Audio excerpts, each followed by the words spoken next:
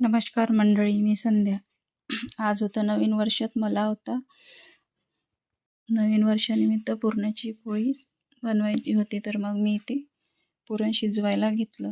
त्यासाठी मी 1 ग्लास आणि मूठभर अशी डाळ घेतली होती. त्याच्यामध्ये त्याच ग्लासाने 1 ग्लास आणि अर्धा असा साखर टाकून घेतलं त्याच मापाने. तर मग इथं पुरण लावून दिलं होतं. मग त्याच्यामध्ये पुरण इथं पाकास येण्यासाठी ठेवलं. तर त्याच्यामध्ये जायफळ आणि विलायची अशी काढून टाकून घेतली.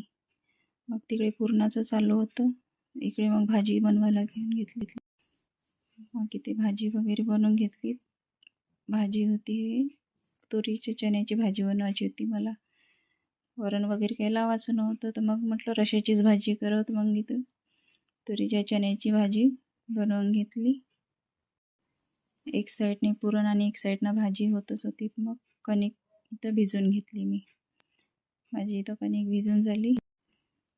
तोपर्यंत तिकडं माझं पुरणाचं पण झालं होतं. मग म्हटलं हे पुरण कसं गरम गरम काढलं की लवकर निघून जाते. थंड झाल्यावर थोडा त्रास होते निघाली. तर मग गरम गरमच पुरण काढायला घेतलं. मी नेहमी ह्या यंत्रामध्येच काढत असते पुरण असं.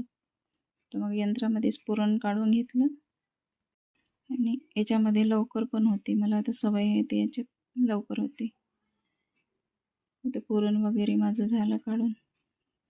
आणि याच्यात छान बारीक पण होते. बघा किती छान बारीक झालं पुरण.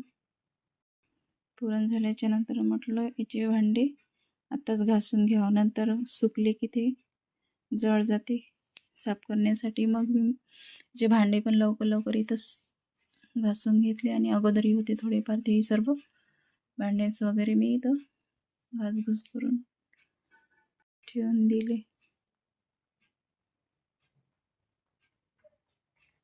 तर इथं माझी पूर्ण भांडी आता होऊन गेली. आणि मग इकडे एक साईडने माझी भाजी शिजतच होती. मग भाजी झाली. इकडे भाजी काढण्यासाठी घेतली.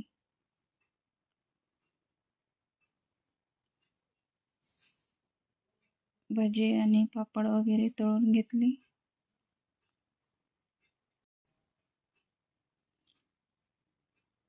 हा ब्लॉग 1 तारखेचा आहे. त्याला मला वेळच झाला. वेळ नसल्यामुळे तर भाजी पापड वगैरे माझे होऊन गेले. आणि पोळ्या पण मग मी करून घेतल्या. तर माझा सगळं स्वयंपाक